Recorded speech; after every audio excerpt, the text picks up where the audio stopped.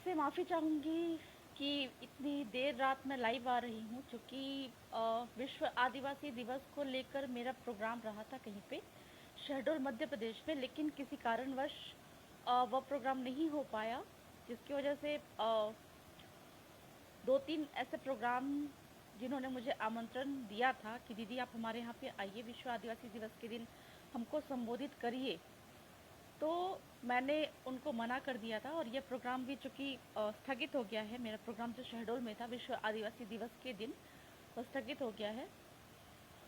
इस प्रोग्राम का स्थगित होने का मेन कारण है कि वहाँ पे प्रशासनिक अनुमति नहीं थी, और जैसा कि मैं देख रही हूँ कि जो गैर भाजपाई राज्य हैं वहाँ पे विश्व आदिवासी दिवस की छुट्टियाँ दी जा रही हैं, लेकिन पता नहीं क्यों एक तरफ से जो भाजपा सरकार है वह कह रही है कि हम आदिवासियों के हितैषी है, आदिवासी राष्ट्रपति भी बना चुके हैं, लेकिन आदिवासियों के हितकारी तो मुझे लगता नहीं है, क्योंकि जिन जिन राज्यों में भाजपा की सरकार है वहाँ पे वह विश्व आदिवासी दिवस की छुट्टी घोषित नहीं कर रही है।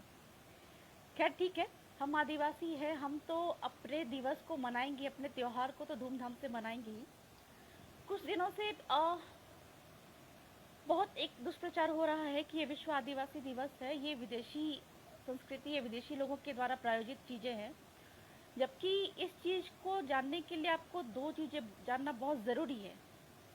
दो मतलब कंट्रीज़ है, जिसमें एक कंट्री के जो महादेश है उसके तो हम गुलाम रहे थे कालांतर में, आपका ब्रिटेन के, जो कि यूनाइटेड किंगडम का कहा जाए पार्ट है जो भी।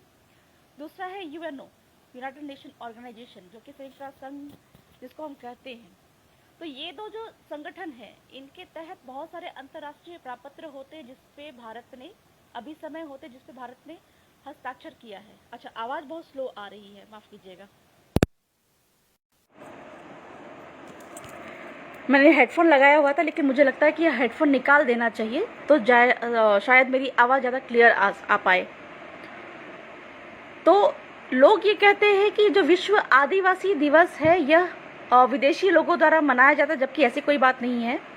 अगर अंतर्राष्ट्रीय रूप में देखा जाए तो ना सिर्फ भारत बल्कि 193 कंट्रीज़ जो है 193 कंट्रीज़ जो है, जो कि यूनाइटेड नेशन के भाग रहे हैं, चाहे विश्व शांति की बात हो, जैसे कि आपने देखा होगा कि चाइना मुद्दे पे भारत अक्सर किसी तरह का हस्तक्षेप नहीं करता, या फिर कोई विदेशी देश होते हैं जिनको राज्य कहा जाता है, अंग कहा जाता है यूनाइटेड नेशन का, संयुक्त राष्ट्र संघ का, तो उन जगहों पे कभी भी मतलब कि जैसे अंतर्राष्ट्रीय प्रपत्र होते हैं, संधियां होती है, उसके तहत भारत वहाँ पे हस्तक्षेप बिल्कुल नहीं करता है। तो इस तरह के कई सारे आपके प्रपत्र पे भारत ने हस्ताक्षर किया हुआ है, चूँकि वह बहुत सारी चीज़ों में लेन देन की वजह से, या फिर आंतरिक सुरक्षा की वजह से, बाह्य सुरक्षा की वजह से, या फिर आदान प्रदान की वजह से, जो भी है मतलब एक्सपोर्ट इंपोर्ट के बिजनेस की वजह से बहुत सारे कंट्रीज से वो जुड़ा हुआ है। तो ये ना सिर्फ भारत बल्कि कई सारे कंट्रीज हैं जिनको एक दूसरे देश की शांति वगैरह के चलते, या फिर आयात निर्यात के चलते मतलब एक दूसरे की मदद की आवश्यकता पड़ती है। तो एक यूनाइटेड किंगडम होता है, ब्रिटेन होता है, जहाँ जिसके हम गुलाम रह चुके थे, और वर्तमान में हमारे देश को आज़ादी मिल चुकी है ब्रिटेन से। तो उस जगह पे भी आपके ब्रिटेन से बहुत सारे मतलब कि जो संधियाँ होती उस पर भी भारत ने हस्ताक्षर किया था। दूसरी बात है, ठीक वैसे ही आपका यूएनओ जो यूनाइटेड नेशन ऑर्गेनाइजेशन है, संयुक्त राष्ट्र संघ है, उसके भी कई सारे जो संधियाँ होती है उस पर भारत ने हस्ताक्षर किया है। लेकिन मेन बात ये आती है कि वो सारे संधियाँ बाध्यकारी तब तक नहीं है जब तक कि संविधान में उस तरह से रिलेटेड कोई अनुच्छेद ना हो। तो यूनाइटेड नेशन का भाग होने की वजह से भारत ने दो तरह के प्रपत्र, जैसे कि यहाँ के जो सामान्य लोग हैं उनके हित के लिए, उनके खाने पीने के लिए, जैसे खाद्य सुरक्षा के लिए बहुत सारे मतलब कि आपके जो संधियाँ उस पर हस्ताक्षर किया है। साथ ही साथ भारत के जो 8% आदिवासी हैं उनके लिए भी उन्होंने, जो भारत ने एक अभिसमय होता है आपका international labour organisation ILO convention 107, उसके तहत भारत में जो बसने वाले जो आदिवासी हैं उनके हित के लिए, उनके जो आर्थिक, सामाजिक और सांस्कृतिक विकास के लिए, या फिर आपका कहा जाए कि राजनीतिक विकास के लिए भारत ने एक अंतर्राष्ट्रीय प्रपत्र है जो संधि है उस पर हस्ताक्षर किया है, ILO कन्वेंशन 107। तो इस तरह की बातें हैं। जब भारत यूनाइटेड नेशन का जब अंग बना, उस पर जब जुड़ा, तब आपका सन 1994 में 9 अगस्त 1994 में आपका एक मीटिंग हुई, जिसमें पूरे जितने भी आपके संयुक्त राष्ट्र संघ के जितने भी सदस्य राज्य थे, उन्होंने ये बात स्वीकारी कि पूरे विश्व भर के जितने भी आपके जो यूनाइटेड नेशन के 193 कंट्रीज, 193 कंट्रीज में जितने भी जो मूल निवासी या मूलवासी कहा जाए या आदिवासी कहा जाए या ट्राइब कहा जाए या फिर इंडिजिनस पीपल कहा जाए, इनकी सुरक्षा के लिए हम बाध्यकारी रहेंगे। इस तरह का जो आपका मतलब एक उद्बोधन के साथ ही उन्होंने 9 अगस्त को विश्व आदिवासी दिवस या फिर इंग्लिश में कहा जाए तो international day of the world's indigenous people के रूप में आपका उसको मनाने का निर्णय किया। तो इस तरह से हर 9 अगस्त को ना सिर्फ भारत बल्कि जो यूनाइटेड नेशन के 193 कंट्रीज जो है, जो सदस्य राज्य हैं, वो भी आपका कहा जाए तो विश्व आदिवासी दिवस के रूप में, हमारे देश में चूंकि आपका इंडिजिनस पीपल को हम आदिवासी, जो मूलवासी हैं, यहाँ के जो मूल मालिक हैं, उनको हम आदिवासी कहते हैं, तो उनके लिए हम 9 अगस्त को विश्व आदिवासी दिवस मनाते हैं। ठीक है, तो इसमें कोई ये बात नहीं है कि ये विदेशी शक्तियों का हाथ है या फिर विदेशी लोग ये मनाते हैं, नहीं। भारत भी चूंकि यूनाइटेड नेशन का पार्ट रहा है, और ना सिर्फ आदिवासियों के लिए बल्कि गैर आदिवासी जो है बाकी के, उनके लिए भी आज तक यूनाइटेड नेशन से मदद मिलती आ रही है। कहीं ना कहीं जो मतलब आपका उनमें जो हस्ताक्षर है, चाहे सुरक्षा के लिए, चाहे मतलब कि खाने पीने के लिए, खाद्य सुरक्षा के लिए, चाहे और भी कई तरह के जो आपके जो संधि हैं, उनके तहत इंडिया काम करता है। बाध्यकारी नहीं है, लेकिन जब तक कि संविधान के अनुच्छेद के तहत वो चीज़ें ना हो, तब तक वो उसको मतलब मानता ही है। उससे मिलते जुलते प्रावधान, उससे मिलते जुलते जो आपका अनुच्छेद वो संविधान में होने चाहिए, तब जाके वो संधि, उन संधियों का पालन भारत करता है। अब बात आती है विश्व आदिवासी दिवस की। एक जो वहम फैलाया जा रहा है आदिवासी शब्द को लेके, चूंकि international day of the world indigenous people, indigenous people का अर्थ ये लगाया जा रहा है आपका संयुक्त राष्ट्र संघ के मापदंड के अनुसार, या फिर इसका इंग्लिश का जो ट्रांसलेशन है उसके अनुसार कहा जा रहा है कि इंडिजिनस पीपल का मतलब होता है मूल निवासी। अब भारत के जो आपका कहा जाए कि भारत के 8% आदिवासियों को मूलवासी कहा जा रहा है, और बाकी के कुछ है जो जनसंख्या है, उनको कहा जा रहा है मूल निवासी। साफ साफ शब्दों में बता देना चाहती हूँ कि ये जो मूल निवासी शब्द है, यह झारखंड से ही निकल कर आया है, जबकि इसका कोई मतलब नहीं है। सीधे शब्दों में कहा जाए तो इंडिजिनस पीपल का अर्थ होता है, यूनाइटेड नेशन के अर्थों में इंडिजिनस पीपल का ऐसे मीनिंग तो निकल रहा है मूल निवासी, लेकिन इंडिजिनस पीपल का अगर शब्दावली आप निकालेंगे यूनाइटेड नेशन के तर्ज पर, तो वैसे लोग जो कि पूरे देश की जनसंख्या से अलग थलग रहते हों, जिनकी अपनी अनूठी बोली भाषा संस्कृति हो, ठीक है, उनका अपना विशेष क्षेत्राधिकार हो, उनकी अपनी एक रूढ़ी प्रथा हो, उनका अपना एक मतलब जो ग्राम व्यवस्था जो होता है, जिसको उसमें बोला जाता है स्वशासन व्यवस्था, या फिर आपका जो आत्मनिर्णय की शक्ति होती है, जैसे हमारे लैंग्वेज में तो उसको हम स्वशासन कहते हैं, अबुआ देशुम अबुआ राज कहते हैं, लेकिन संयुक्त राष्ट्र संघ के शब्दों में उसको कहा जाता है आत्मनिर्णय या फिर स्वशासन। तो ऐसे लोग जो कि पूरे देश की जनसंख्या से अलग थलग रहते हों, जैसे कि हमारे देश में है भी 5वीं अनुसूचित क्षेत्र होते हैं, जैसे आपका अंग्रेज के समय में जब ब्रिटिश शासन यहाँ पे थी, तो उन क्षेत्रों को कहा गया जहाँ पे आदिवासी बहुल मात्रा में रहते थे, उन क्षेत्रों को 2 भागों में विभाजित किया गया, जिसको कहा गया वर्जित क्षेत्र और आंशिक वर्जित क्षेत्र। वर्जित क्षेत्र मतलब एक्सक्लूडेड एरिया, और पार्शियली एक्सक्लूडेड एरिया मतलब कि आंशिक वर्जित क्षेत्र। वर्जित क्षेत्र जो है वो आज के जो संविधान 1950 में जो संविधान बना, जो वर्जित क्षेत्र थे उनको 6ठी अनुसूची में रखा गया। कुछ क्षेत्र ऐसे भी है जैसे कि नागालैंड हो गए, जिनको करार के तहत थोड़ा मतलब विशेषाधिकार प्राप्त है आर्टिकल 371 के तहत जो भी। और जो आंशिक वर्जित क्षेत्र थे, जहाँ पे कहीं पे आदिवासी रहते कहीं पे नहीं रहते हैं किसी राज्य में, तो उन क्षेत्रों को कहा गया 5वीं अनुसूची। तो जैसे कि आपका यूनाइटेड नेशन संयुक्त राष्ट्र संघ के जो इंडिजिनस पीपल के जो अर्थों में कहा गया कि वैसी जनसंख्या जो कि कहा जाए देश की जनसंख्या से अलग थलग रहती है, यानी कि 5वीं क्षेत्र में रहते हो या 6ठी अनुसूचित क्षेत्र में रहते हो, वो इंडिजिनस पीपल है। तो उस शब्द में कहा जाए तो जो 8% भारत की जनसंख्या है आदिवासियों की, उनमें 5वीं अनुसूचित क्षेत्र में चूंकि वो रहते हैं, इसलिए उनको आदिवासी कहा जाएगा या इंडिजिनस पीपल कहा जाएगा या मूलवासी, मूल निवासी कह लीजिए, उनको कहा जाएगा। ठीक है। दूसरी बात है कि उनमें अनूठी बोली भाषा संस्कृति होती है। एक तरह से ये कहा जा सकता है जैसे कि आदिवासी, मूलवासी, मूल निवासी में ये भी कहा जा सकता है कि जैसे 5वीं अनुसूची के रूप में 10 राज्य के कुछ जो क्षेत्र हैं, फॉर एग्जाम्पल मेरे झारखंड राज्य की बात करूं तो झारखंड राज्य में 13 जिले अनुसूचित क्षेत्र घोषित हैं और 11 जिले जो हैं वो सामान्य क्षेत्र घोषित हैं। तो लेकिन जो सामान्य क्षेत्र घोषित है 11 जिले, वहाँ के जो ट्राइब है वो भी मतलब कि जो एसटी है, लेकिन कुछ ऐसे क्षेत्र भी है जैसे 32 ट्राइब के अलावा नोटिफाइड, यहाँ पे 32 ट्राइब नोटिफाइड है, उसके अलावा भी कुछ मतलब कि ऐसे जो अनुसूचित जनजाति हैं जिनको एसटी का दर्जा प्राप्त नहीं है, कालांतर में वो एसटी रहे थे। फॉर एग्जांपल अगर हम यूपी की बात करें, आपका उत्तर प्रदेश की बात करें, तो वहाँ पे जो गोंड जनजाति है, ऐसे तो ट्राइब है, आदिवासी कहेंगे, लेकिन उत्तर प्रदेश में वो जनजाति घोषित नहीं है, बिहार में जनजाति घोषित नहीं है, लेकिन है तो वो आदिवासी ही, तो उनको भी हम ऐसे तो संविधान के तहत जो आदिवासी है उनको शेड्यूल ट्राइब का दर्जा दिया गया है। तो एक जो मतलब बहुत दुर्भावनापूर्ण स्थिति है कि आदिवासी शब्द को संविधान में नहीं रखा गया। तो जो इसी कारण से जो विश्व आदिवासी दिवस है, इसके जो मतलब आपका जो मीनिंग पे बहुत सारे विरोधाभास उत्पन्न होते हैं।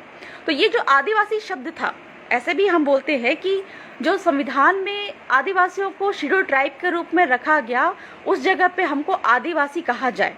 ये बहुत सालों की हमारी मांग है, ये मांग तो पूरी होनी चाहिए। तो ये जो आदिवासी शब्द है वो संविधान जिस समय बन रहा था, तो उस समय पे मारंगोम के जयपाल सिंह मुंडा, जो कि संविधान सभा के निर्माता भी थे, संविधान सभा के पहले आदिवासी, या कहा जाए कि 5 आदिवासी जो थे उनमें से सबसे प्रमुख थे। तो जयपाल सिंह मुंडा ने ये बात रखी थी कि हमको आदिवासी का दर्जा दिया जाए, चूँकि हम आदिवासी हैं, हमको कोई और शब्द अपने लिए मंजूर नहीं है। लेकिन संविधान के अनुच्छेद 13(5) में यह आदिवासी शब्द डाला जाना चाहिए था, चूँकि जो मूल मसौदे में आदिवासी शब्द था, लेकिन उसको एक साजिश के तहत हटाया गया कि नहीं, आदिवासी शब्द जो है वो अछूत की तरह लगता है। तो ये विरोधाभास जो है कि आदिवासी शब्द को उस समय पर हटाया गया, लेकिन आज मतलब कि हमको संविधान में अनुसूचित जनजाति के रूप में घोषित किया गया, शेड्यूल ट्राइब के रूप में घोषित किया गया। तो वो जो चीज़ें हैं वो संविधान में आज लिखित है, जिसके तहत मतलब बहुत सारी चीज़ों से मतलब हमको वंचित होना पड़ता है, बहुत सारे संवैधानिक अधिकारों से हमको वंचित होना पड़ता है। खासकर जब बात करें 9 अगस्त विश्व आदिवासी दिवस की, जिसको इंग्लिश में कहा जाता है international day of world's indigenous people, तो वहाँ पे लोगों का कहना है कि इंडिजिनस पीपल का मतलब होता है आपका मूल निवासी। और भारत में आदिवासियों को तो एक शब्द दिया गया है मूलवासी करके, जबकि आदिवासी, मूल निवासी, मूलवासी या फिर कहा जाए इंडिजिनस पीपल या ट्राइब या शेड्यूल ट्राइब, ये सारी एक ही चीज़ हैं। और बात आती है, थोड़ा और क्लैरिफाई कर दूँ तो 5 जनवरी 2011 के जजमेंट में साफ साफ ये कहा गया है कि 8% आदिवासी जो हैं वही भारत के मूल मालिक है, और मतलब वही आदिवासी, वही शेड्यूल ट्राइब है। इस तरह की बातें मतलब आपका माननीय सुप्रीम कोर्ट ने भी कही है। ठीक है। बहुत सारी चीज़ें ऐसे, जैसे मैंने पहले भी बताया कि वैसे लोग जो कि जन्म से तो आदिवासी है, लेकिन किसी दूसरे राज्य में पलायन करने की वजह से वो एसटी के स्टेटस में नहीं डाले गए, उन आदिवासी तो रहे, बाई डीएनए वो आदिवासी रहे। कुछ की बात कर रही हूँ मैं, जैसे गोंड जनजाति, जो कि आपका मध्य प्रदेश में, छत्तीसगढ़ में गोंड जनजातियों को शेड्यूल ट्राइब का दर्जा है तो वो जन्म से आदिवासी, उनको शेड्यूल ट्राइब का दर्जा है, लेकिन उत्तर प्रदेश और बिहार में उनको एसटी के स्टेटस में नहीं रखा गया। साथ ही साथ में जैसे कि उरांव ट्राइब है, वो झारखंड में एसटी के स्टेटस में रखा गया, जन्म से आदिवासी हैं, एसटी के स्टेटस में रखा गया है। संवैधानिक यहाँ पे 32 ट्राइब में उनको जनजाति का दर्जा दिया गया है।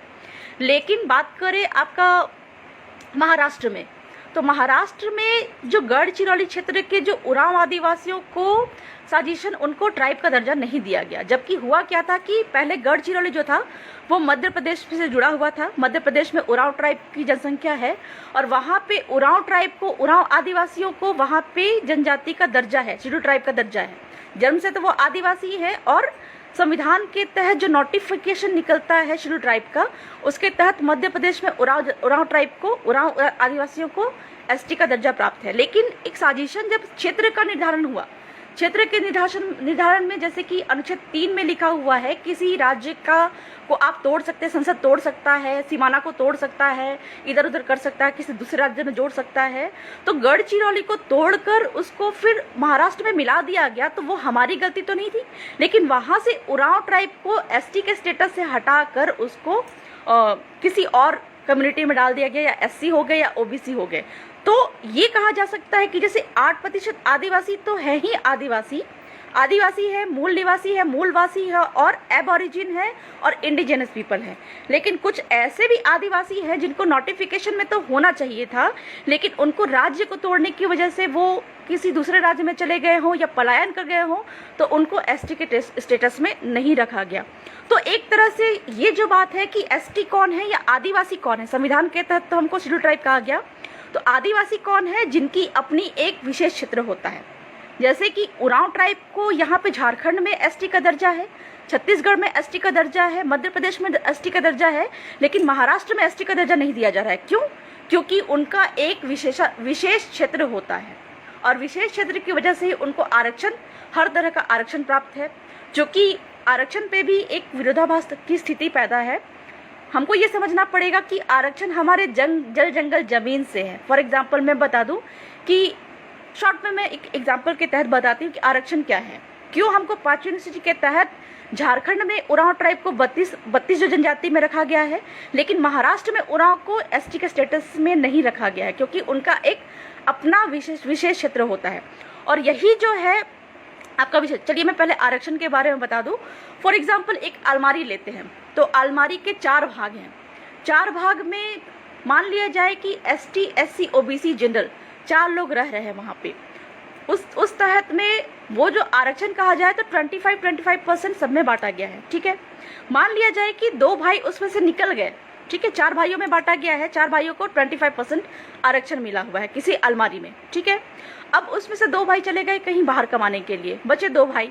अब उन दोनों भाई को वहाँ पे 50-50% आरक्षण मिलता है। ठीक है, अब बात करते हैं कि वहाँ पे फिर एक भाई किसी वजह से वो चला गया कहीं बाहर, और अकेला भाई जो बचता है उसको उस अलमारी में 100 के 100% रिजर्वेशन मिलता है। इसलिए हमको ये समझना पड़ेगा कि 5वीं अनुसूचित क्षेत्र में 100% रिजर्वेशन होता है, यह टेरिटोरियल होता है कि पूरा क्षेत्र अगर आदिवासी क्षेत्र है तो इस क्षेत्र में जो यहाँ के जो निवासी है, जैसे 32 ट्राइब यहाँ पे नोटिफाइड है, इनके लिए ही 100% रिजर्वेशन होना चाहिए। यही है आरक्षण। और जिस दिन हम अपने क्षेत्र को छोड़ के कहीं और पलायन कर जाते हैं तो हमारा जो आरक्षण होता है वो बट जाता है, वो चला जाता है, या एसटी का स्टेटस हमारा चला जाता है। तो जैसे कि मैं कहूँ कि अगर ब्राह्मण की बात करूँ, मैं किसी आपका जातिवाद की बात नहीं कर रही हूँ। अगर संवैधानिक टर्म्स की बात करूँ तो संविधान के तहत आदिवासी और गैर आदिवासियों की बात की जाती है, लेकिन यहाँ पे चूंकि एग्जाम्पल देना है मेरे को, तो मैं ब्राह्मण की बात करी। ब्राह्मण देश में कहीं भी घूम ले, लेकिन उसको आपका ब्राह्मण का ही दर्जा प्राप्त है, उसको जनरल कैटेगरी में ही रखा जाता है। लेकिन एसटी अपने क्षेत्र से, अपने 5वीं क्षेत्र से या अपने राज्य से मतलब निकल कर कहीं और चला जाता है, तो उसका जो मतलब कि आरक्षण होता है वो चला जाता है। तो ये आरक्षण हमको भीख में नहीं मिली हुई है, हम अपने क्षेत्र में है, यहाँ के जल जंगल जमीन पे हमारा अधिकार है। अगर झारखंड की बात करें, झारखंड के 32 ट्राइब है, या फिर आपका मध्य प्रदेश के जितने भी नोटिफाइड ट्राइब हैं, तो वहाँ पे उनको आरक्षण प्राप्त है। वो इसीलिए प्राप्त है चूँकि वो उनके लिए उनको क्षेत्राधिकार प्राप्त है। बीच में एक आपका आंदोलन छिड़ा था आरबीसी का, रबाड़ी भरवाड़ चारण, इसका आरक्षण का मुद्दा, उनके आरक्षण का मुद्दा निकला था गुजरात राज्य में कि वह तो कुछ 3 तरह के जंगल थे, गिर क्षेत्र था और कुछ 2 तरह के जंगल थे। तो उन क्षेत्रों के रहने वाले जो निवासी थे, या फिर कहा जाए कि उस क्षेत्र में नोटिफाइड ट्राइब थे, रबाड़ी भरवाड़ चारण, तो उस क्षेत्र के निवासी, तो उनको बाकी जगहों पे अगर वो वहाँ से पलायन करके दूसरी जगह पे आते हैं तो उनको एसटी का दर्जा नहीं दिया जाना चाहिए। यही है आरक्षण, यही है 5वीं अनुसूची, और इसी के तहत ही आदिवासियों को इंडिजेनस पीपल, जो यूएन के तहत इंडिजेनस पीपल का अर्थ वही है कि वैसे लोग जो कि किसी विशेष क्षेत्र में रहते, जो उनके लिए नोटिफाइड है, वही क्षेत्र हो, उसी को इंडिजेनस पीपल कहा जाए। तो इस हिसाब से जो नोटिफाइड ट्राइब है, 1950 में आपका शेड्यूल ट्राइब का ऑर्डर निकला था, जिसके तहत मतलब कुछ आदिवासियों को जन्म से आदिवासी होने की जो कैटेगरी होती है कि वैसे लोग जो कि आदिवासी माँ और आदिवासी बाप के मिलन से पैदा होते हैं, वही लोग आदिवासी हैं। ये अलग बात है कि अभी वर्तमान में साजिश के तहत मतलब कुछ लोगों को एसटी घोषित किया जाता है संविधान के तहत, कुछ लोगों को एसटी के तहत निकाल दिया जाता है। एसटी होने के क्राइटेरिया बताए गए हैं, 5 तरह की विशेषताएं बताई गई हैं। एक होता है आदिम जनजातीय गुण, एक होता है घुलने मिलने से कतराना, एक होता है अनूठी बोली भाषा संस्कृति, एक होता है आपका आर्थिक पिछड़ापन, और एक होता है आपका विशेष क्षेत्र, ठीक है, भौगोलिक अलगाव। तो ये 5 विशेषताएं बताई गई है। ये 5 विशेषताओं को वो खुद ही खत्म कर रहे हैं, साजिशन खुद ही खत्म किया जा रहा है। तो वो जो 5 विशेषताएं है उसको मतलब कि जैसे मैंने बताया कि भौगोलिक अलगाव है, ठीक है, 5वां क्षेत्र है। यूएन के तहत इंडिजिनस पीपल होने की भी क्राइटेरिया वही है कि उनका भौगोलिक अलगाव होना चाहिए, 5वीं अनुसूची क्षेत्र होना चाहिए, ठीक है। वो है आपका जो शेड्यूल ट्राइब के तहत जो आदिवासी होने की जो क्राइटेरिया, उसमें ये चीज़ आ रही है।